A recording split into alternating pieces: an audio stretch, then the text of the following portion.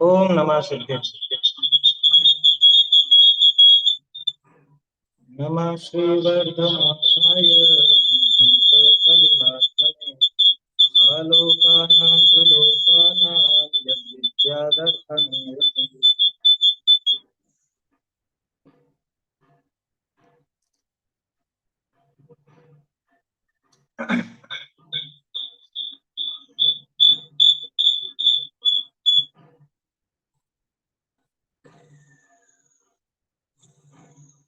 अभी आवाज आ रही है बच्चे?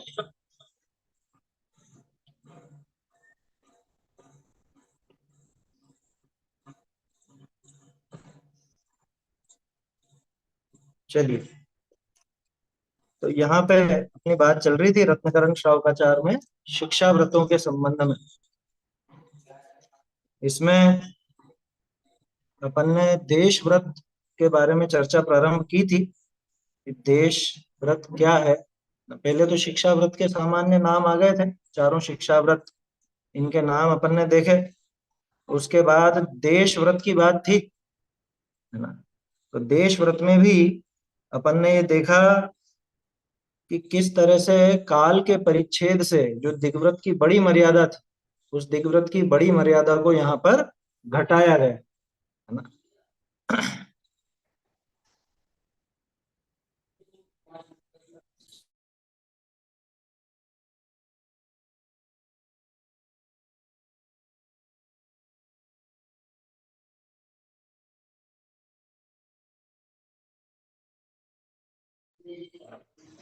देखिए, तो देश व्रत में दिग्व्रत की जो मर्यादा है, दिग्व्रत की मर्यादा को काल के परिच्छेद से उसको घटाया जाता है। माने समय सीमा निर्धारित करके और फिर उसको और घटा दिया जाता है। ऐसा देश व्रत में अपन ने देखा था। और उसकी मर्यादा देखने वाले, मतलब मर्यादा बताने वाला श्लोक भी अपन ने देखा कि क्षेत्र की मर्यादा किस ढंग से की जाए। अपना नगर है, अपना घर है, गली है ना, कोई बगीचा है, कोई नदी है, जंगल है, इत्यादि। और फिर इन सब की मर्यादा किस किस क्रम से करनी या काल उसमें कितना लेना, तो वो भी बात आई कि एक वर्ष या एक ऋतु या एक अयन, ये सारी चीजें इसके अंदर आई। तो आगे और इसके संबंध में विशेष बात है, वो अपने को देखनी है।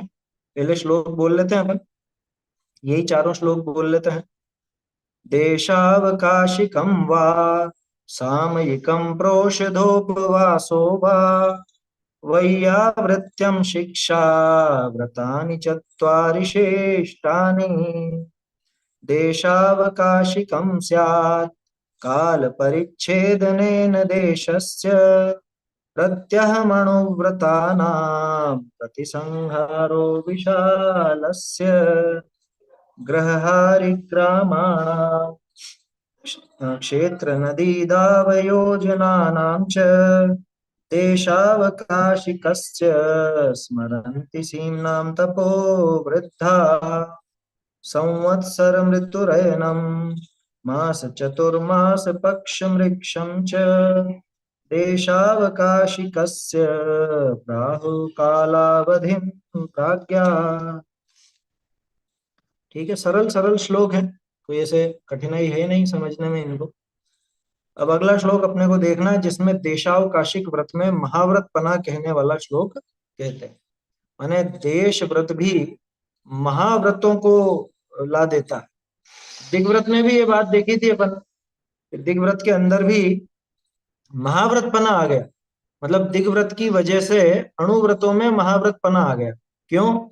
कि दिग्व्रत में जो क्षेत्र की सीमा निर्धारित की गई थी, उस क्षेत्र के बाहर में वो अणुव्रत महाव्रत बन जाते हैं। क्योंकि सीमा के अंदर तो सिर्फ अणुव्रत है, माने वहां तो स्थूल हिंसा का त्याग है, सूक्ष्म हिंसा का त्याग नहीं है।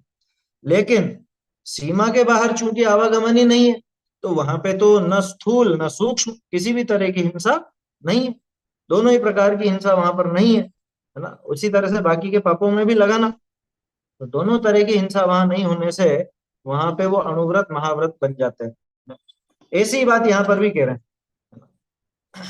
जैसे अपन ने वो श्लोक देखा था, उधेर बहिर अनुपाप प्रतिवृत्ते दिग्व्रता निधारयता। तो देखो यहाँ पे भी वैसा ही श्लोक आता है 95 नंबर का। सीमांतानां परतः स्थूलेतर पंच पाप संत्यागात् देशावकाशिकेन च महाव्रतानि प्रसाद्यन्ते। सीमांतानां परतः स्थूलेतर पंच पाप संत्यागात् देशावकाशिकेन च महाव्रतानि प्रसाद्यन्ते। देखिए, सीमांतानाम परतः, सीमांतों का, सीमांतानाम परतः सीमा के अंत के बाद, परतः यानी उससे आगे, उसके बाहर, सीमांतानाम परतः सीमा के अंत के बाहर, स्थूल इतर, स्थूलेतर, स्थूलेतर का क्या मतलब? स्थूल से दूसरा, स्थूल से दूसरा कौन? सूक्ष्म, सूक्ष्म के लिए स्थूलेतर शब्द का प्रयोग किया, ध्यान रखना। यहाँ स्थूल की बात नहीं है, स्थूलेतर की बात है, यानी जो स्थूल से इतर है, स्थूल से विपरीत है। ठीक है, तो ऐसे सूक्ष्म पंच पाप संत्यागात, पांच पापों के संत्याग से, पांच पापों के सम्यक प्रकार के त्याग से, कहां पर? सीमांता नाम पर, जो सीमा निर्धारित की है पिछले श्लोक में, जो सीमाएं अपन ने देखी थी, है ना, पिछले दो श्लोकों में, तो उस सीमा के बाहर, क्षेत्र की सीमा लेना यहाँ पे, काल की नहीं, क्योंकि काल की सीमा के अंदर तो इसने देश व्रत लिया है ना। उस, जैसे एक साल के लिए देश व्रत लिया मान लो, तो एक साल के बाद में वो उसका, एक साल के आगे उसका महाव्रत कहला रहा हो, ऐसा नहीं है। इसलिए काल की सीमा नहीं लेना, क्षेत्र की सीमा लेना। क्षेत्र की वो जो सीमा की गई है, जैसे मान लीजिए कि राजस्थान के बाहर नहीं जाऊंगा, इतने समय तक नहीं जाऊंगा, ये देश व्रत लिया। ठीक है, तो सीमा के बाहर सीमांता नाम पड़ता है स्थूलेतर पंच पाप संत्याग, सीमा के बाहर वो सूक्ष्म पापों का भी संत्याग होने से, देशावकाशिकेन, देशावकाशिक की वजह से, च लगा दिया। च क्यों लगाया? कि दिग्व्रत में भी थी ये बात और देश व्रत में भी ये बात, इसलिए तो देशावकाशिकेन च, देशावकाशिक व्रत की वजह से महाव्रतानि प्रसाद्यन्ते, महाव्रत सधते, महाव्रत अच्छी तरह से सधते हैं। प्रसाद्यंत आया ना, भली भांति सध जाते हैं, महाव्रत भली भांति सध जाते हैं, महाव्रतों को साधा जाता है। किसके द्वारा? कि जिसने देश व्रत धारण किया है, उस देशव्रती के, देशव्रती के द्वारा। अब ध्यान रखना, यहाँ देश व्रत का अर्थ देश व्रत रूपी शिक्षा व्रत, अणुव्रतों को भी देश व्रत कहा जाता है, देश संयम कहते हैं ना अपन, जैसे महाव्रत और अणुव्रत। तो अणुव्रतों को देश व्रत भी कहा जा सकता है कभी कभी, तो कंफ्यूज मत हो जाना। हालांकि ऐसे प्रयोग बहुत कम है, अणुव्रतों का नाम अणुव्रत ही आता है, लेकिन यहाँ अपन जिस देश व्रत की बात कर रहे हैं वो दिग्व्रत देश व्रत वाला देश व्रत है ना, शिक्षा व्रत वाला देश व्रत। तो इस देश व्रत के कारण वो जो अणुव्रत हैं, उनकी जगह पे महाव्रतानि प्रसाद्यन्ते, महाव्रतों की प्रसिद्धि होती है, महाव्रत अच्छी तरह से सिद्ध होते हैं, है ना। ये ठीक है, सरल है श्लोक बिल्कुल एकदम, कोई इसमें ऐसी दिक्कत है नहीं। निकालिए 70वां श्लोक, 70वां श्लोक देखिए, वहां भी ऐसा ही। अवधेर वही अणुपाप प्रतिविरते दिग्व्रतानि धारयतां पंच महाव्रत परिणति मणुव्रतानि प्रपद्यन्ते।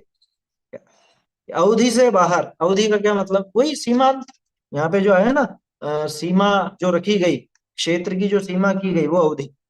अवधि से बाहर का अणुपाप की प्रतिवृत्ति से, यानी सूक्ष्म पापों की भी प्रतिवृत्ति। और यहाँ पे क्या लिया? स्थूलेतर पंच पाप संत्यागात, एक ही बात है ना। स्थूलेतर का मतलब सूक्ष्म, 124 नंबर पेज पर। तो स्थूलेतर माने सूक्ष्म, और यहाँ पे ले लिया इन्होंने अणुपाप। अणुपाप बोलो या सूक्ष्म पाप बोलो या स्थूलेतर पाप बोलो, एक ही बात, ठीक है ना। बाकी तो स्पष्ट है, वहां पे दिग्व्रतानि धारयताम था, दिग्व्रतों को धारण करने वाले, और यहाँ पे देशव्रत को धारण करने वाले। बाकी तो बात समान है। पंच महाव्रत परिणति मणुव्रतानि प्रपद्यन्ते, और यहाँ पे हो गया महाव्रतानि प्रसाद्यन्ते। ठीक है, तो एक जैसी बात है दिग्व्रत और देशव्रत में। लेकिन अब इसमें विशेषता क्या, कि दिग्व्रत में तो आजीवन की बात हो गई, है ना।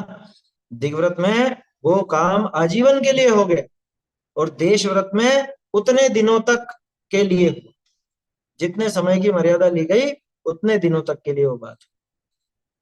ठीक है, स्पष्ट है। चलिए इसका अर्थ पढ़ देता हूं मैं।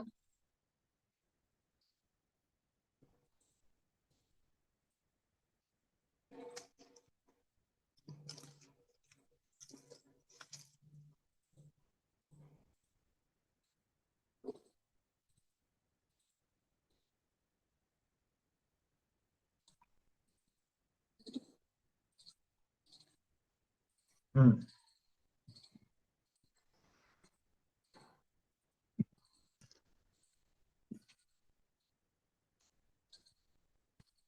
अच्छा देखो, इसमें है ना, एक बात बहुत अच्छी लिखी हेडिंग में, देशावकाशिक की, देशावकाशिक का प्रभाव दिखाते हैं। ये अच्छी हेडिंग थी वैसे देखा जाए तो। इन्होंने यहाँ जो अनुवाद किया, अनुवाद में इन्होंने लिखा कि देशावकाशिक का व्रत में महाव्रतपना दिखाने वाला श्लोक कहते हैं, जबकि यहाँ पे सदाशिव जी लिख रहे हैं देशावकाशिक का प्रभाव दिखाते हैं। ये ज्यादा अच्छा लगता है। अब लेकिन इसको बदलें कैसे अपन, अगर बदलेंगे तो पूरी हेडिंग ही बदलनी पड़ेगी। सदाशिव जी ने तो अच्छा दिया था देशावकाशिक का प्रभाव, खैर ये भी ठीक है। देशावकाशिक व्रत में महाव्रत पना कहने वाला श्लोक कहता है, इसलिए चेंज करने की आवश्यकता नहीं है ना। अच्छा है। रोजीना, रोजीना जेता क्षेत्र का प्रमाण किया, तिनके बारे स्थूल और सूक्ष्म जे पंच पाप तिनका त्याग ते देशावकाशिक व्रत करिके महाव्रतनी को सिद्ध करिए है। भावार्थ, मर्याद करी ती बारे समस्त पंच पापनी का त्याग ते महाव्रत तुल्य भया। अब देशावकाशिक व्रत के पंच अतिचारणी के कहने को सूत्र कहे। देखिए स्पष्ट है बिल्कुल, अर्थ सीधा है कि प्रतिदिन जितने क्षेत्र का परिमाण किया हो, अब प्रतिदिन का मतलब जितनी मर्यादा ली है उस हिसाब से लेना। प्रतिदिन का अर्थ कोई जरूरी नहीं रोज का, किसी ने साल भर का लिया हो, महीने भर का लिया हो, वो अलग बात है। बाकी न्यूनतम कितना था, न्यूनतम ये प्रतिदिन का था। वैसे प्रतिदिन से कम भी था, है ना। मुहूर्त वगैरह वो भी था ना, प्रहर था, मुहूर्त था, दिन या रात ऐसा भी था। तो प्रतिदिन जितने क्षेत्र का परिमाण किया हो उसके बाहर स्थूल तथा सूक्ष्म, स्थूल तथा सूक्ष्म जो पांच पाप हैं, स्थूल और स्थूलेतर, स्थूल इतर पंच पाप संत्याग। कि सूक्ष्म, अपन ने देखो सूक्ष्म वाला अर्थ लिया था, स्थूलेतर माने सूक्ष्म, तो सूक्ष्म तो आया ही है। अब यूं सोचो कि जहां सूक्ष्म का त्याग हो गया वहां स्थूल का त्याग तो अपने आप ही होगा, क्योंकि ये नियम है कि सूक्ष्म का त्याग अगर हुआ है तो सूक्ष्म पाप छूटा माने स्थूल पाप से छूट ही गए। आवाज बराबर आ रही है ना, डिस्टर्बेंस है पीछे। हाँ तो थोड़ा काम चल रहा है इस वजह से ऐसा होता है। तो सूक्ष्म त्याग अगर सूक्ष्म पाप का आपने त्याग किया है तो स्थूल पाप तो छूटेगा ही छूटेगा। जहां बारीक पाप छूट गया वहां बड़ा पाप भी अपने आप छूटेगा। ये हो ही नहीं सकता कि बड़ा पाप चलता रहे और छोटा पाप छूट जाए। इसी को अपन उसमें भी देखते हैं, उसके संबंध में भी जब ग्रहित मिथ्यात्व की बात करते हैं, तो अगर अग्रहित मिथ्यात्व छूट गया तो क्या ग्रहित मिथ्यात्व रह सकता है? अग्रहित अगर छूट गया तो क्या ग्रहित रह सकता है? क्या नहीं रह सकता। ग्रहित चला जाए तो अग्रहित जरूर रह सकता है, क्योंकि अग्रहित सूक्ष्म है ना। ग्रहित चला जाए और अग्रहित बना रहे ये तो संभव है, लेकिन अग्रहित चला गया और ग्रहित बाकी रह जाए ये संभव नहीं। ऐसा समझना है। तो क्या कहा, प्रतिदिन जितने क्षेत्र का परिमाण किया हो उसके बाहर स्थूल तथा सूक्ष्म जो 5 पाप हैं उनका त्याग करने से, देशावकाशिक व्रत करने से ही महाव्रतों की सिद्धि प्राप्त हो जाती है। महाव्रतों की सिद्धि हो जाती है। क्या गजब की बात है।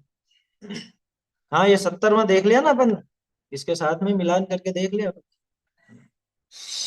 ऐसा। क्षेत्र की मर्यादा के बाहर सभी 5 पापों का पूर्ण त्याग कर देने से अणुव्रत भी, ये ही के स्थान पर भी आएगा। अणुव्रत ही, एक सेकंड, सदाशिव जी ने क्या दिया था, ही दिया था या भी दिया था?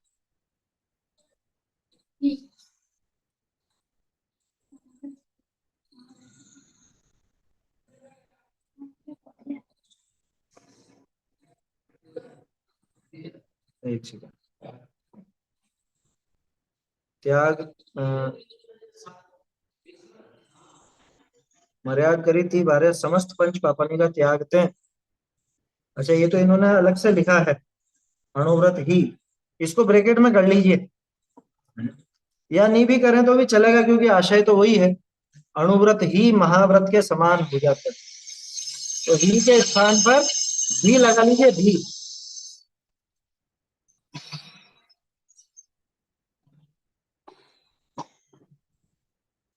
अब देशावकाशिक व्रत के 5 अतिचार कहने वाला श्लोक देते हैं।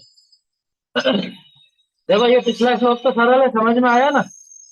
अब इसके 5 अतिचार अपन यहाँ देखते हैं देश व्रत के।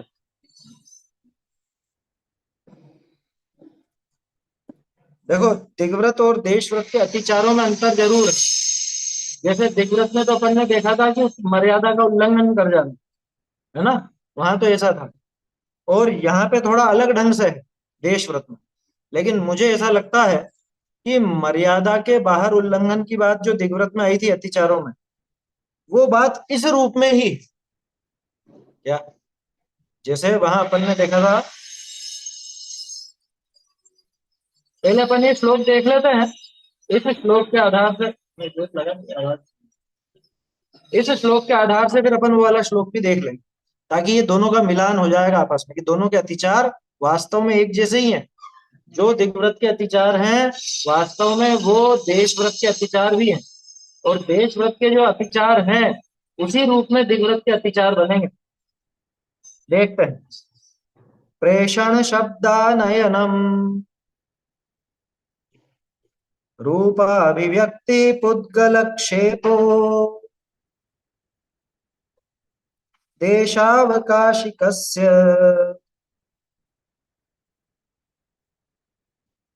व्यपदिश्यन्तेत्यया पंच। प्रेषण शब्दानयनम रूपाभिव्यक्ति पुद्गलक्षेपो देशावकाशिकस्य व्यपदिश्यन्तेत्यया पंच। देखो, प्रेषण, प्रेषण माने भेजना, है ना। प्रेषण बोलते हैं भेजने को, वो लिखा रहता है ना, पुस्त पुस्त प्रेष्य, पुस्त प्रेष्य लिखते हैं बुक पोस्ट के लिए। क्या, प्रेषक, भेजने वाला, है ना, कि किसने भेजा, ऐसे ही प्रेषण, प्रेषण माने भेजना। शब्द, शब्द यानी आवाज लगा करके वो काम करवाना, है ना। अच्छा देखो, दिग्व्रत में शब्द वाला नहीं बैठता है, हालांकि आज के जमाने में तो बैठता है। देशव्रत में ये आवाज वाला बैठता है। क्यों? कि मैंने मकान का नियम लिया, जैसे कि इस मकान से बाहर नहीं जाओ, तो मैं छत पे खड़ा होकर आवाज दे दूंगा पड़ोसी को या दूसरे को, है ना, ऐसे शब्द। आनयन, आनयन माने मंगाना, ये प्रेषण का उल्टा, प्रेषण में भेजना था, आनयन में मंगाना हो गया।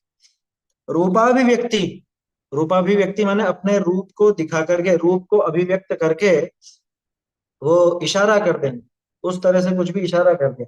क्या, जैसे दूर से इशारा कर दिया, दो, कि भैया दो, अब जो भी दो है ना, कि 2 लाख भेजना या 2 हजार भेजना या 2 व्यक्तियों को भेजना, कुछ भी हो सकता है वो, इशारा कर दिया हमने, ऐसा रूपाभिव्यक्ति।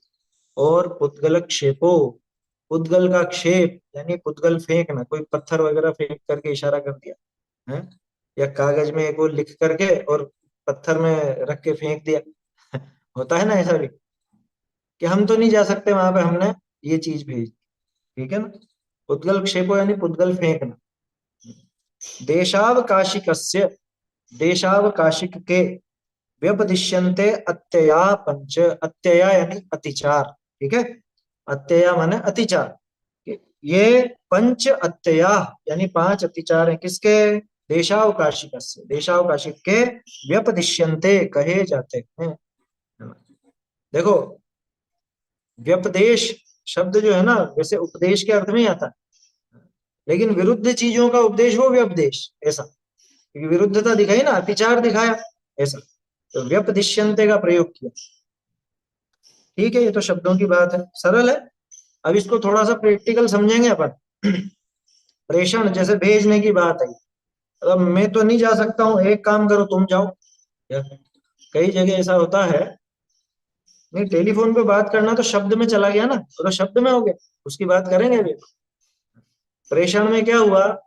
जैसे किसी ने नियम ले लिया कि मैं अब किसी के शादी ब्याह में या इसमें उसमें नहीं जाऊंगा। ठीक है ना। अब मैं तो नहीं जाऊंगा, लेकिन क्या, नहीं अच्छा नहीं लगेगा, अपने घर से कोई नहीं जाएगा तो तुम जाओ। फिर बहू बहू को, बेटे को, बेटी को, इनको भेजे, हैं? या पत्नी को भेजे या पति को भेजे, किसी को भी भेजे कि मेरा तो नियम है ना, मैं कैसे जाऊं? भैया जब तुम्हारा नियम है तो तुम दूसरे को भेजोगे कैसे? कि मैं थोड़े आ जा रहा हूँ। अरे नहीं जा रहे हो लेकिन भेज तो रहे हो, माने वहां से मन से जुड़ाव तो खत्म नहीं हुआ ना, उस स्थान का या उस कार्य का जुड़ाव तो खत्म हुआ ही नहीं, और राग टूटा ही नहीं। तो ये प्रेषण, उसके अंदर एक अतिचार। देश व्रत लेने वाला कि मैं इसके बाहर नहीं जाऊंगा और उसके बाहर किसी को भेजता है, तो वो उसके नियम में दोष लगता है। अच्छा, एक चीज और है, उसमें भी अगर भूल चूक में हो गया हो तो अतिचार समझना। जान करके वैसी प्रवृत्ति रखता है और उसमें कि नहीं नहीं ये तो होता है, ये तो करेंगे अपन, इतना तो करेंगे, ऐसा अगर करता है और उसको दोष नहीं मानता, तो वो अनाचार ही। अतिचार कब तक अतिचार है? कि जब तक उसका खेद वर्ते, जब तक उसका खेद वर्तता है तभी तक वो अतिचार है। जहां खेद नहीं रहा, जहां पे एक वो हो गया, अभिमान जैसी बात आ गई, तो समझ लेना अनाचार। ये विशेष समझने की बात है। अतिचार हमेशा तभी तक अतिचार समझना जब तक, एक तो पहली बात तो अनजाने में हो गया हो, भूल चूक से प्रमाद पूर्वक हो गया हो, दूसरा उसका खेद वर्तता हो, तब तक अतिचार। और जान करके करता है, बार बार करता है, खेद भी नहीं है, तो फिर अतिचार नहीं। ठीक है ना। तो ऐसा है ये। अब इसमें ये अपन देखते हैं, पहले एक काम करते हैं, इसका ढूंढारी से पढ़ लेते हैं, फिर इसको और दिग्व्रत के अतिचारों को आपस में मिलान करके भी देखेंगे।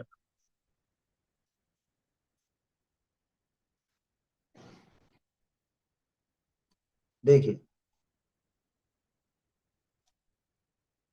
आपके जेता क्षेत्र की मर्यादा थी, इस बारे प्रयोजन के अर्थ अपना सेवक को व मित्र पुत्रादि को कहे तुम जाओ तथा यो काम करियो, ऐसे कहना, सो प्रेषण नाम अतिचार है। बहुरी मर्याद बाह्य क्षेत्र में तिष्ठने, तिष्ठते तिष्ठते निते वचनालाप करना तथा अन्य शब्द की समस्या करी समझाए देना, सो शब्द नाम अतिचार। बहुरी मर्याद बाह्य क्षेत्र ते को बुलावना व वस्त्राधिक वांछित वस्तु को शब्द कही मंगावना, सो आनयन नाम अतिचार। बाह्य क्षेत्र में तिष्ठते निगु समस्या वास्ते अपना रूप दिखावना, सो रूपाभिव्यक्ति नाम अतिचार। बहुरी मर्याद का क्षेत्र के बाह्य क्षेत्र में वस्त्राधिक तथा कूड़ा कजोड़ा क्षेपण करना, सो पुद्गल क्षेप नाम अतिचार है। ऐसे देशावकाशिक शिक्षा व्रत के पंच अतिचार त्यागना योग्य है। ऐसे देशावकाशिक व्रत कही करके अब सामायिक का स्वरूप कहे। ठीक है। देखो, मेरे ख्याल से काफी कुछ इन्होंने स्पष्ट कर दिया है।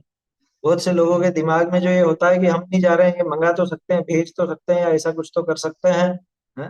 उन सब का जवाब सदाशिव जी ने यहाँ पर दिया है कि जितने क्षेत्र की मर्यादा की थी उसके बाहर किसी प्रयोजन के लिए अपने नौकर को, मित्र को, पुत्र को या किसी अन्य को कहना कि तुम वहां जाकर ये काम कर दो, ऐसा कहना, वह प्रेषण नाम का था। बोलो कौन नहीं करता है? जिसको देशव्रत होगा वो नहीं करे, या जिसको दिग्व्रत भी होगा ना वो भी नहीं करे। दिग्व्रती भी क्यों भेजेगा ये बताओ, अपनी सीमा के बाहर। देखो अब ये पढ़ तो लिया ही है अपन ने, आशय भी स्पष्ट है, उसके साथ मिलान करिए। दिग्व्रत के जो अतिचार थे, दिग्व्रत के अतिचार आएंगे आपके 73 मेरे ख्याल से, हाँ 73 पे। वहां पे था ऊर्ध्व अधस अधस्तात तिर्यक व्यतिपाता क्षेत्र वृद्धि अवधि नाम और विस्मरणम, है ना? ये 5 अतिचार इसके हो, जिसमें से ऊर्ध्व का अतिपात, अधव का अतिपात और तिर्यक का अतिपात, व्यतिक्रम। व्यतिक्रम यानी वो मर्यादा लांघ जाना, ठीक है? खास बात ध्यान रखने की यह है कि मर्यादा जान करके लांघेगा या भूल चूक में। जान करके लांघा तो अनाचार, और भूल चूक में हो गया तो अतिचार। जैसे उदाहरण के तौर पर कई जगह जाने के लिए ऐसा होता है कि वो घूम करके जाना पड़ता है ना। जैसे शायद पहले भी मैंने उदाहरण दिया हो, हमारे यहाँ से पिड़ावा जाना है तो पिड़ावा राजस्थान में है, झालरापाटन भी राजस्थान में, लेकिन झालरापाटन से पिड़ावा जाने के लिए बीच में एमपी आता है। या समझ में ही बात? क्योंकि पहले तो नदियां थी, नदियों के हिसाब से राज्य के वो बढ़ गए थे, लेकिन अब तो पुल वगैरह सब बन जाते हैं तो उनसे क्रॉस करके जाते हैं। पहले एमपी में घुसते हैं फिर वापस से राजस्थान में घुसते हैं। ऐसे ही हमारे यहाँ से सोनागिर जी जाना हो तो सोनागिर जी जाने में भी यहाँ से एमपी जाएंगे, फिर बीच में झांसी के वहां पे यूपी आएगा और यूपी क्रॉस करके वापस से एमपी में घुसते हैं। ऐसा होता है। तो समझ में आ रही है बात, क्या कहना चाह रहा हूँ? किसी ने ऐसा नियम लिया कि मैं राजस्थान की सीमा के बाहर नहीं जाऊं, ठीक है ना? अब उसको यहां से मान लो पिड़ावा जाना है उदाहरण के तौर पर, अब उसने तो नियम लिया था राजस्थान के बाहर नहीं जाऊंगा, और यूं देखो तो वो गया भी नहीं, लेकिन जिस गाड़ी से उसने सफर किया है तो बीच में तो एमपी आया, वहां हुआ अतिचार। और जान करके चला करके किसी ऐसे स्थान पर जाए तो वह अनाचार, ठीक है ना? अब मैं ये कह रहा हूं कि इन दोनों को मिक्स कर लो। दोनों को किसको? ये जो देश व्रत के अतिचार दिए हैं यही दिग्व्रत में भी लागू होंगे, ठीक है ना? दिग्व्रत की जो सीमा थी उससे बाहर किसी को भेजना वो दिग्व्रत का अतिचार हुआ, और देश व्रत की जो सीमा थी उसके बाहर किसी को भेजना वो देश व्रत का अतिचार। क्या दिक्कत है इसमें? विनय साहब उसके अंदर तो ये थे क्या, उसका क्षेत्र का उल्लंघन कर तो कर लिया ना, उल्लंघन कारित रूप से किया ना, कृत नहीं किया, कारित तो किया। बल्कि मुझे तो ऐसा लगता है कि दिग्व्रत के अतिचार भी जब पढ़े अपन तो इस वाले श्लोक को साथ में लेकर के पढ़ना चाहिए, क्योंकि उस क्षेत्र का व्यतिक्रम कैसे करेगा ये? स्वयं जाए या किसी को भेजे या जाने वाले का अनुमोदन करे, कृतकारित अनुमोदन यही होता है ना। तो खुद तो नहीं जा रहा है, न दिग्व्रत की सीमा के बाहर जा रहा है, न देशव्रत की सीमा के बाहर जा रहा है, और दूसरी तरफ दूसरे को भेज रहा है। तो जहां इसने दूसरे को भेजा, समझ लेना कि वहां पर इसने कारित रूप उसका उल्लंघन किया, है ना? कारित रूप उस सीमा का उल्लंघन कर दिया इसने। ऐसे कृत, कारित, अनुमोदन तीनों लेना। अब प्रेषण में तो कारित और अनुमोदन दोनों ही है। कृत भले नहीं है, स्वयं ने नहीं किया, लेकिन दूसरे को भेजा ना, दूसरा उस सीमा के बाहर गया तो अपने आप ही वो कारित में आ जाता। और अनुमोदन तो है तभी तो भेज रहा। जितने क्षेत्र की मर्यादा की थी उसके बाहर किसी प्रयोजन के। अच्छा, अधिकांश लोगों की वृत्ति मालूम कैसी होती है कि हमने तो सबके शादी ब्याह में जाना छोड़ दिया, हमने तो किसी के यहाँ भी ऐसे कुछ और प्रसंगों में जाना छोड़ दिया, है ना? घर वाले भी सब निपट ही गए, सबकी होगी शादी ब्याह वगैरह हो गया, अब हम दूसरों के जाते हैं कि ठीक है अच्छी बात है, नहीं जाता है तो दूसरों को भेजता है या नहीं, है? अगर नहीं नहीं, दूसरों को तो भेजना पड़ेगा ना, घर से तो भेजना पड़ेगा, नहीं तो संबंध खराब हो है। कह रहे भैया, अगर तेरा नियम है तो तू दूसरे का फिर क्यों दूसरे को क्यों भेजता? समझ में आई बात? तो प्रेषण में ये बात ध्यान रखने की है। अब हम किसी को भी भेजें किसी काम के लिए, किसी भी काम के लिए भेजें, है ना, कैसा भी काम हो, अच्छा धार्मिक कार्य के लिए भेजेगा या नहीं? कि नहीं भेजेगा। उसको उस क्षेत्र से बाहर की दुनिया से कोई मतलब नहीं, वो नहीं भेजेगा। है समझ में? ये विचार करने लायक बात है। अब आप कह सकते हो कि मुनिराज को आचार्य भेजे कहीं पर, तो आचार्य उपदेश देकर मुनिराज को कहीं भेजे तो, कि मुनिराजों के दिग्व्रत देशव्रत होते ही नहीं है। ये अपन ने पहले ही बात की कि ये सब मुनि दशा के पहले तक हैं, है ना। मुनि दशा आने पर कोई अणुव्रत, कोई गुणव्रत, कोई शिक्षाव्रत बाकी नहीं रहता। क्यों? क्योंकि यहाँ तो महाव्रत आ गए। इसको देखो ऐसे समझना, जैसे केवल ज्ञान होने पर क्या मति श्रुत ज्ञान रहेंगे? नहीं रहेंगे, जरूरत ही नहीं है, बड़ा आ गया ना, इन सब का बोझ आ गया, तो ये छोटे मोटों की जरूरत क्या है? तो ऐसे ही महाव्रत आ गए, तो महाव्रत के बाद इन अणुव्रतों की या उसकी कोई आवश्यकता नहीं। आवश्यकता क्या, बल्कि बाधा खड़ी कर देंगे, क्योंकि मुनिराज के दिग्व्रत देशव्रत हो नहीं सकता। कैसे होगा बताओ? वो तो अनियत विहारी है, वो कैसे रखेंगे? उनके नहीं होता। जितने क्षेत्र की मर्यादा की उसके बाहर किसी प्रयोजन के लिए अपने नौकर को, मित्र को, देखो आ गया ना, नौकर को भेज, या अपने मित्र को भेज दिया, पुत्र को, परिवारजनों को भेज दिया। कि हम तो नहीं जा रहे हैं, बच्चे को भेज रहे हैं, है ना, तो आप वो हमारा ही मान लेना। ऐसा बोलते हैं बहुत से। क्या? कि हमने इसको भेज दिया ना, व्यवहार साधने के लिए हमने भेज दिया, एक जने को भेज बुलाया था, एक जने को भेज दिया। लोक व्यवहार में ऐसे ही गिना जाता है। शादी ब्याह में उनके परिवार से कोई एक जना भी आ गया तो हाँ हाँ अटेंडेंस लग गई। क्या? अटेंडेंस लगाने का ही काम है। तो ऐसा अटेंडेंस लगवाने मत भेजना भैया किसी को, अगर ऐसा नियम हो तो। और यूं भी नहीं भेजना, पाप के कार्यों में क्यों भेजो किसी को भी? क्या है समझ में? किसी को क्यों भेजो पाप के कार्यों में? हाँ, धर्म के कार्य में जरूर भेजो, कि जाओ भैया शिविर में जाओ, वहां पढ़ने जाओ, वहां सीखने जाओ, वो आयोजन हो रहा है धार्मिक, वहां जाओ। प्रेरणा हमेशा अच्छे कार्य में जाने की देना, दूसरे कार्य में जाने की तो प्रेरणा देनी ही नहीं चाहिए। किसी के पीछे पड़ना भी नहीं चाहिए कि नहीं जाना पड़ेगा। ऐसा काम नहीं करना। देखो, मर्यादा के बाहर क्षेत्र में रहने वाले से बातें करना तथा शब्दों द्वारा इशारे से समझा देना कि अमुक काम कर दो, वह शब्द नाम का अतिचार। देखो, सदासुद जी ने वह समस्या शब्द लिया था, समस्या, है ना, किसी समस्या के लिए, है ना, ऐसा कहा था वहां पे। तो यहाँ पे इन्होंने शब्दों का इशारा ले लिया, कोई दिक्कत नहीं है, वही बात है। समस्या पूर्ति की जाती थी पहले शब्दों के द्वारा, वैसी बात है। मर्यादा के बाहर क्षेत्र में रहने वाले से बातें करना, उदाहरण के तौर पे जैसे छोटे शहरों में मकान जुड़े हुए रहते हैं ना आपस में, या आपकी छत है तो उसके पड़ोसी की छत उससे जुड़ी रहेगी। अब आप जाके छत पे बैठ गए, आपका तो नियम है कि आप उससे बाहर नहीं जाओगे, उस मकान से बाहर, और वो मकान के बाहर बैठा हुआ है या दूसरे मकान में बैठा है, उससे बातें कर रहे हो। बालकनी में खड़े होकर सामने वाले की बालकनी में जो खड़ा है उससे बातें कर रहे हो। नियम लेने के बाद ध्यान रखना कि नियम तो मैंने ले रखा है कि इस सड़क के पार नहीं जाऊंगा या इस मकान के आगे नहीं जाऊंगा, और बातें कर रहे हो। तो ऐसा नहीं होना चाहिए। अब ये बहुत खतरनाक हो गया आज के जमाने में।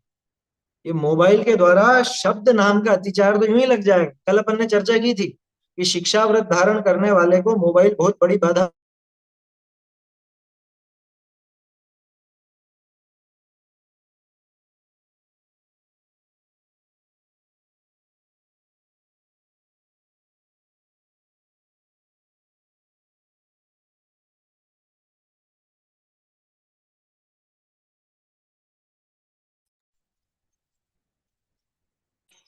आवाज आ रही है ना बराबर? हाँ, ये बीच में थोड़ा सा नेटवर्क में डिस्टर्ब हो गया था।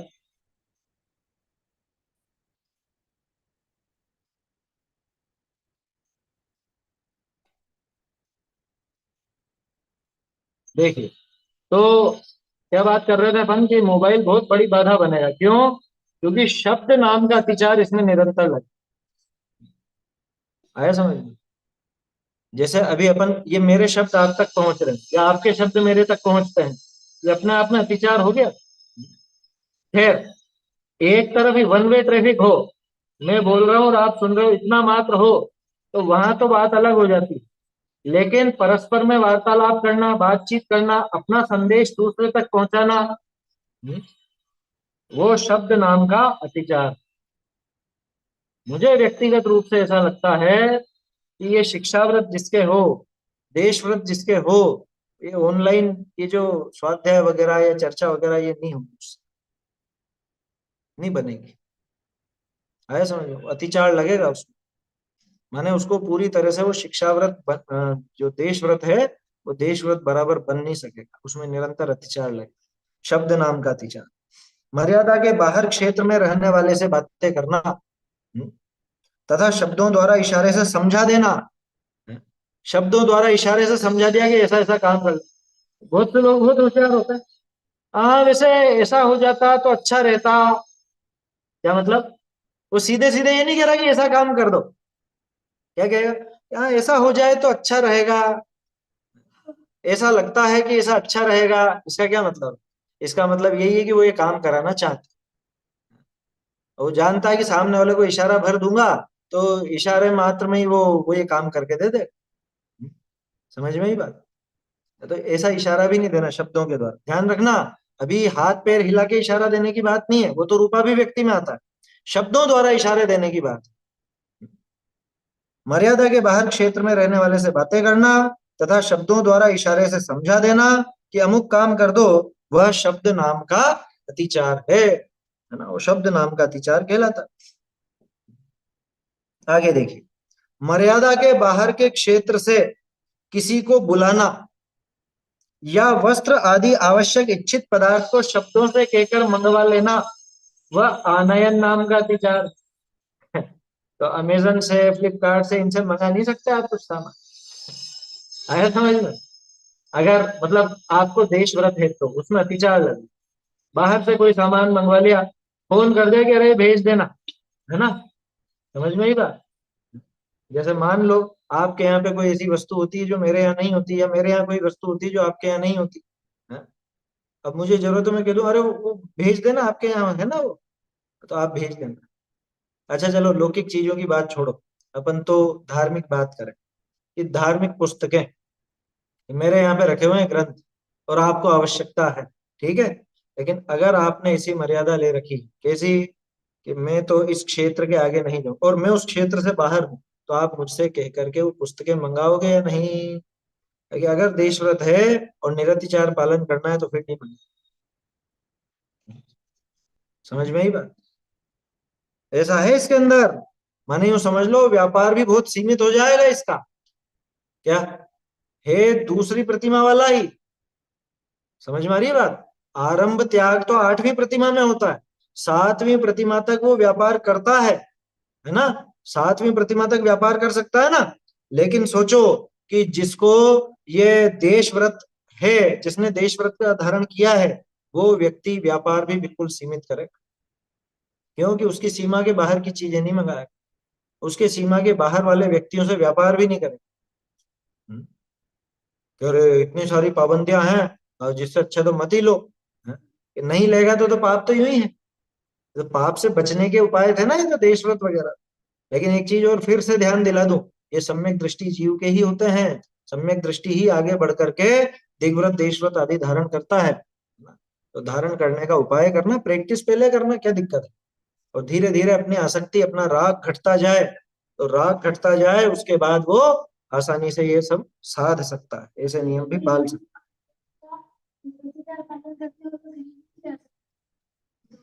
नहीं ऐसी बात नहीं।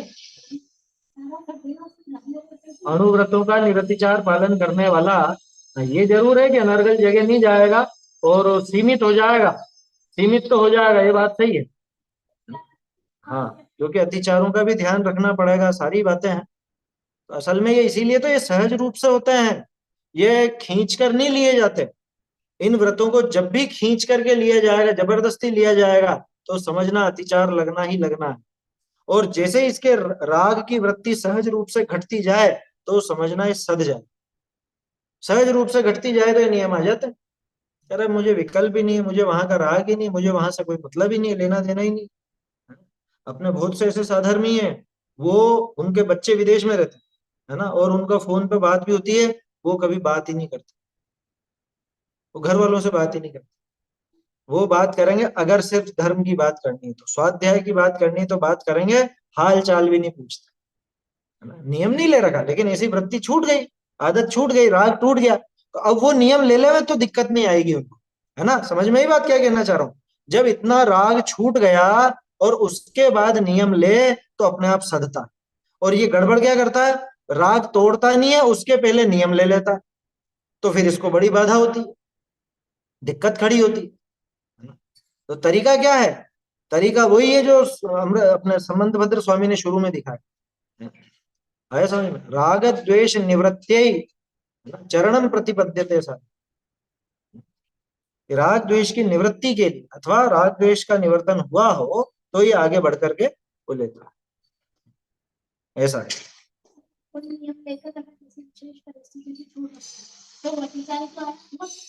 विशेष परिस्थितियों की छूट क्या होती है, इन नियमों में छूट नहीं होती क्या, वो प्रैक्टिस है बस। ये जो इसने छूट सहित नियम लिए ना, छूट सहित नियम वास्तव में ये प्रतिज्ञा नहीं है। हाँ, तो वो देश व्रत दिग्व्रत में नहीं होता, ऐसे छूट दे दे करके तो दुनिया भर का काम कर लो, आया समझ में। दिग्व्रत देश व्रत में कोई छूट नहीं होती, ये छूट वूट वाला जो काम है ये सब प्रैक्टिस के रूप में होता है। क्या, कि मैं इतने इतने का छोड़ के बाकी सबका, इनका विकल्प छोड़ दो, तो वो नियम मत समझना उसका मतलब, देश व्रत मत समझना। सामान्य रूप से उसने नियम ले लिया कि भाई मुझे यहाँ जाना, यहाँ नहीं जाना, इतना मात्र। मर्यादा के बाहर के क्षेत्र से किसी को बुलाकर बुलाना, या वस्त्र आदि आवश्यक इच्छित पदार्थ को शब्दों से कहकर मंगवा लेना, ऑनलाइन मंगवा लेना, या किसी से कहकर मंगवा लेना, वह आनयन नाम का अतिचार है, उसे कहते हैं आनयन। ये प्रेषण का अपोजिट है। प्रेषण में अपन ने भेजा था, आनयन में अपन ने मंगवाया, ठीक है ना। देखो, चौथा है रूपाभिव्यक्ति। देखो ये जोड़े से याद करो तो आसानी से याद रह जाता, प्रेषण, आनयन। अब शब्द में मुंह से बोल करके बताना, रूपाभिव्यक्ति में हाथ पैरों से इशारा करके बताना, ऐसा है, ठीक है। और आखिरी पुद्गल क्षेप हो गया ये तो कोई वस्तु ही फेंक दी बाहर में। मर्यादा के बाहर के क्षेत्र में रहने वालों को इशारे से समझाने के लिए अपना रूप दिखाना, वह रूपाभिव्यक्ति नाम का अतिचार, उसका नाम रूपाभिव्यक्ति है। मर्यादा के बाहर के क्षेत्र में रहता था ना, तो मर्यादा के बाहर के क्षेत्र में जो रहता है, उसको इशारे में, इशारे से समझा दिया, इशारे से समझाने के लिए अपना रूप दिखाया, उसको कहते हैं रूपाभिव्यक्ति। बोल तो नहीं रहा, इशारा कर रहा है। जैसे होता है ना, छोटे छोटे गांवों में देखा, ऐसे दृश्य देखे क्या, वो मोहल्ले में दूर दूर रहता है, वहीं से हाथ हिलाएगा ऐसे ऐसे, और फिर क्या क्या हाल है, ऐसे इशारों में ही पूछ लेगा।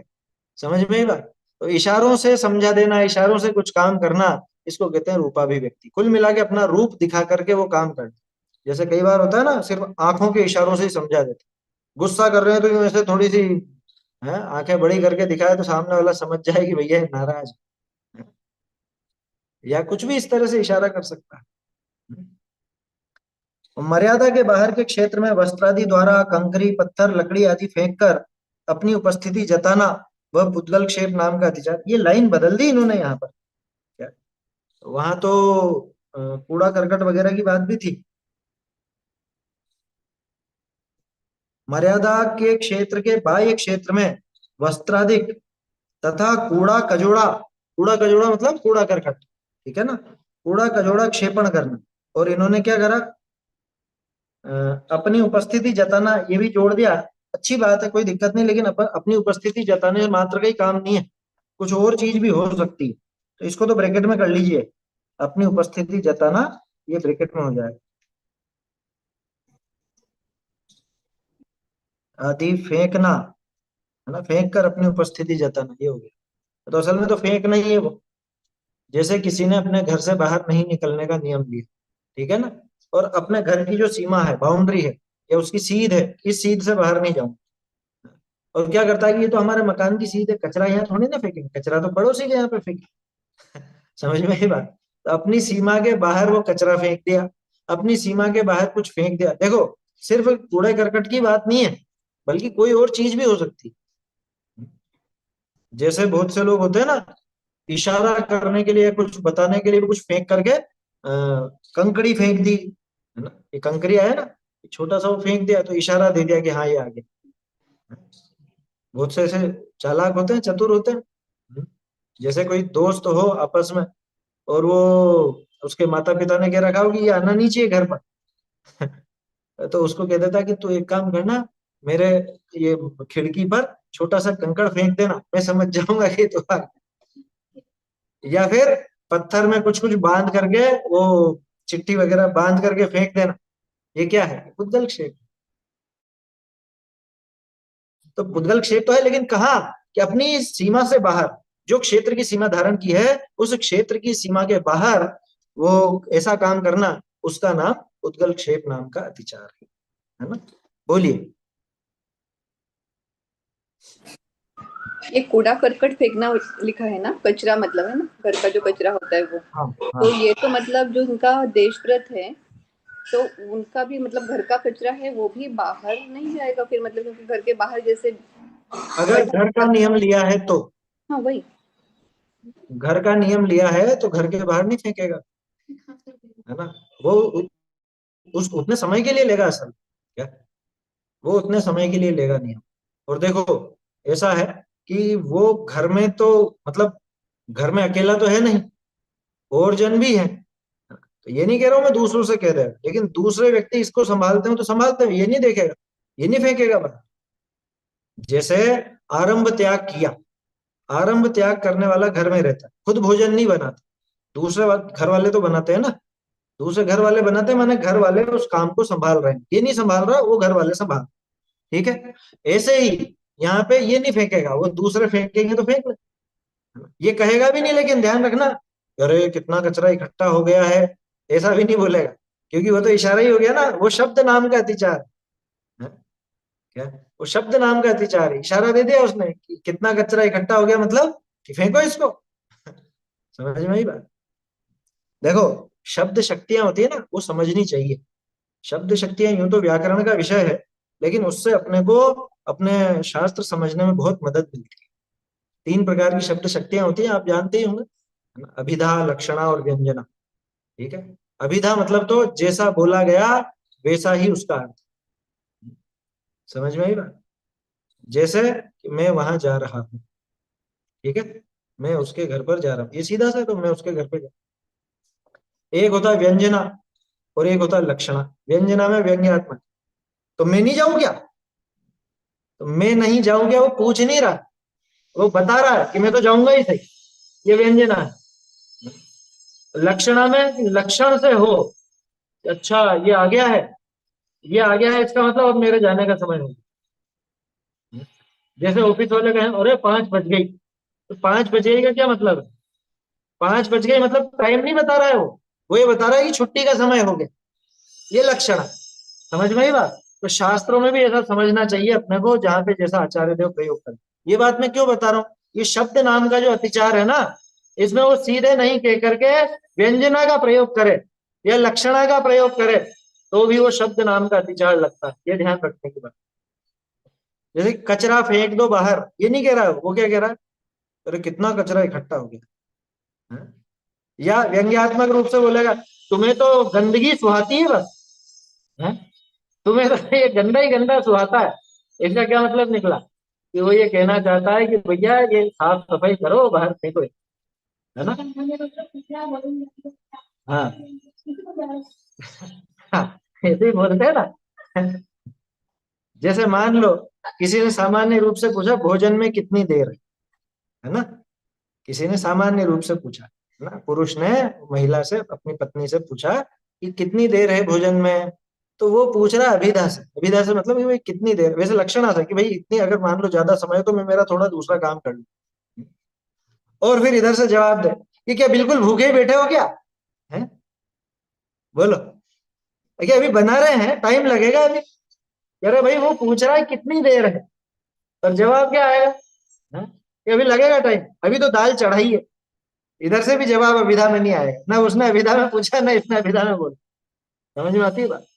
तो ऐसे, खैर ये तो एक सामान्य अर्थ समझने की बात है, लेकिन शब्द नाम का जो अतिचार है उसमें सीधी सीधी बात ना कह करके घुमा फिरा करके बोले, अभिधा की जगह व्यंजना या लक्षणा में भी बोले, तो भी वो शब्द नाम का अतिचार ही लगता है। ठीक है ना? जैसे बहुत से लोग कहते हैं ना कि हम थोड़े ना निंदा कर रहे हैं, हम किसी की चुगली थोड़ा कर रहे हैं, हम तो सच बता रहे हैं। कि सच नहीं बता रहा तू, तेरा प्रयोजन तो उसको नीचा दिखाने का ही था। समझ में आ रही है बात? ऐसा है। तो इस प्रकार देशावकाशिक व्रत के ये 5 अतिचार त्यागने योग्य है ना। और ये जो अतिचार अपन ने देखे हैं, ये दिग्व्रत में भी लगाना। दिग्व्रत की मर्यादा के बाहर, दिग्व्रत की मर्यादा के बाहर ये सारे काम होंगे तो वो दिग्व्रत के अतिचार। दिग्व्रत में और क्या था? दिग्व्रत व्रत में एक था विस्मरण, तो इसमें भी विस्मरण लगाना। देश व्रत की सीमा को भूल जाए वो भी तो इसका अतिचार है ना। कि लेकिन 5 में तो शामिल ही नहीं होंगे। ये पहले भी अपन देख चुके हैं कि आचार्य एक पैटर्न बना करके चलते, जैसे अतिचार बताने तो सबके 5 5 बता दिए, तो 5 बताए तो 5 ही हो ऐसा मत समझना। वो 5 बताए हैं इसका मतलब ये है कि 5 जैसे और भी लगा लेना, उपलक्षण से दुनिया भर की बातें लगा लेना, है ना। तो जो दिग्व्रत में अपन ने देखे थे वो सारे देश व्रत के अंदर भी आ जाते हैं। क्षेत्र वृद्धि कर देना, क्षेत्र वृद्धि उसके अंदर था दिग्व्रत में, तो देश व्रत में भी लगेगा। देश व्रत 1 महीने का देश व्रत लिया, ठीक है ना, और जोश जोश में पहले तो ले लिया कि बस अपनी मोहल्ले के बाहर नहीं जाऊंगा, अपने गली के बाहर नहीं जाऊंगा, लेकिन अरे उनके यहाँ तो मरण हो गया तो बैठने तो जाना पड़ेगा। तो एक काम करते हैं, अपन क्षेत्र की सीमा बढ़ा देते हैं। एक क्षेत्र वृद्धि करी इसने, क्षेत्र वृद्धि करी, तो ये अतिचार है। समझ में आई बात? और अगर इसने जबरदस्ती करी है तो फिर तो अनाचार जैसा हो जाता है। बार बार क्षेत्र वृद्धि करता रहे तो अनाचार। पहले जल्दबाजी में वो लेने में आ गया और बाद में प्रायश्चित पूर्वक वो क्षेत्र वृद्धि करता है तो अतिचार, ऐसा। और बाकी और जो वो था सीमा का उल्लंघन, वो ध्यान रखना जबरदस्ती नहीं करता, भूल चूक में होता है। भूल चूक में अगर सीमा का उल्लंघन हुआ तो वो अतिचार है। जान करके किया और कोई पश्चाताप नहीं है, खेद नहीं है, तो अनाचार है ना। बोलिए। जैसे अपनी पिड़ावा का उदाहरण दिया था, मध्य प्रदेश होके गुजरना पड़ता है, उसको अगर मालूम नहीं है तो वो अत्याचार हो गया।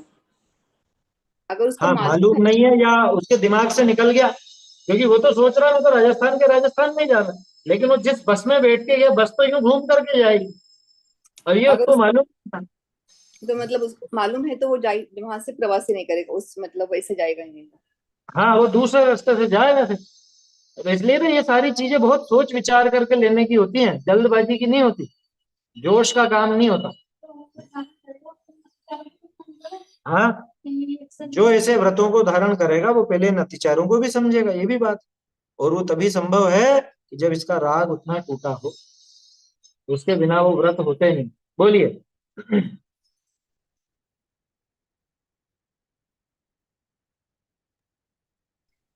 सर ये जो अणुव्रत है वो 11 प्रतिमाधारी होते हैं ना, तो ये कब से होता है उनका, ये दिग्व्रत देश व्रत? दूसरी प्रतिमा, हाँ। ये दूसरी दूसरी प्रतिमा के अंदर आते हैं ये। अच्छा अच्छा, हाँ। दूसरी जो व्रत प्रतिमा है, व्रत प्रतिमा के अंदर ही ये दिग्व्रत अनर्थ दंड वगैरह ये तो दूसरी प्रतिमा के अंदर आ जाता आगे के सारे। है। हाँ। और ये देशावकाशिक व्रत में क्षेत्र हाँ। की मर्यादा तो हमने घटाई है, हम्म। लेकिन काल की मर्यादा हमने नहीं घटाई, तो नहीं, चलता है क्या? काल की मर्यादा घटाइए ना, काल की मर्यादा क्यों नहीं घटाएंगे भाई? काल। दिग्व्रत में तो पूरा जीवन पर्यंत का है, और देश व्रत में कुछ समय का।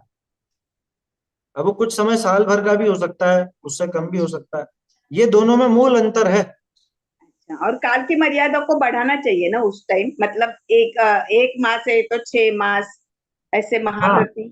वो अपनी स्थिति देखकर, अपने भावों को देख करके वो बढ़ावे, फिर धीरे धीरे बढ़ाएगा। जैसे जैसे विरक्ति बढ़ती जाएगी वैसे अपनी वो काल की मर्यादा बढ़ाएगा, क्षेत्र की मर्यादा घटाएगा, ऐसा चलेगा, है ना। दोनों में उल्टा चलेगा। ठीक है, चलिए दोनों श्लोक बोल लेते हैं, समाप्त करते हैं। सीमांतानां परतः स्थूलेतर पंच पाप संत्यागात् देशावकाशिकेन च महाव्रतानि प्रसाद्यन्ते। प्रेषण शब्दानयनम् रूपाभिव्यक्ति पुद्गलक्षेपो देशावकाशिकस्य व्यपदिश्यन्तेत्यया पंच चैतन्य का स्मरण प्रतिक्षण ही करो रे भव के अनंत दुख को क्षण में हरो रे अक्षय अनंत निज सौख्य निधान पाओ गाओ अरे कैसी के गीत गाओ। बोलिए।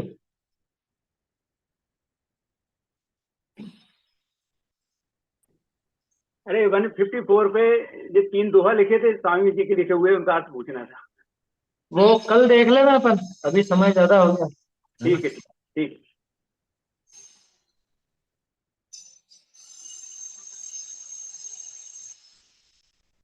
धन्य धन्य है घड़ी आज की जिन धुन श्रवण परी। धन्य धन्य है घड़ी आज की जिन धुन श्रवण परी। तत्व प्रतीत भई अब मेरे मिथ्या दृष्टि टरी। धन्य धन्य है घड़ी आज की जिन धुन श्रवण परी। जड़ते भिन्न लखी जिन मूर्ति चेतन सरस भरी। जड़ते भिन्न लखी जिन मूर्ति चेतन सरस भरी। अहंकार ममकार बुद्धि पुनि पर में सब परिहरी। धन्य धन्य है घड़ी आज की जिन धुन श्रवण परी। पाप पुण्य विधि बंध अवस्था भासी अति दुख भरी। पाप पुण्य विधि बंध अवस्था भासी अति दुख भरी। वीत राग विज्ञान मैं परिणति अति विस्तरी। धन्य धन्य है घड़ी आज की जिन धुन श्रवण परी। चाह राह विनसी बरसी पुनि समता मेघ झरी। चाह राह विनसी बरसी पुनि समता मेघ झरी। बाड़ी प्रीति निराकुल पद सो भाग चंद हमरी। धन्य धन्य है घड़ी आज की जिन धुन श्रवण परी। धन्य धन्य है घड़ी आज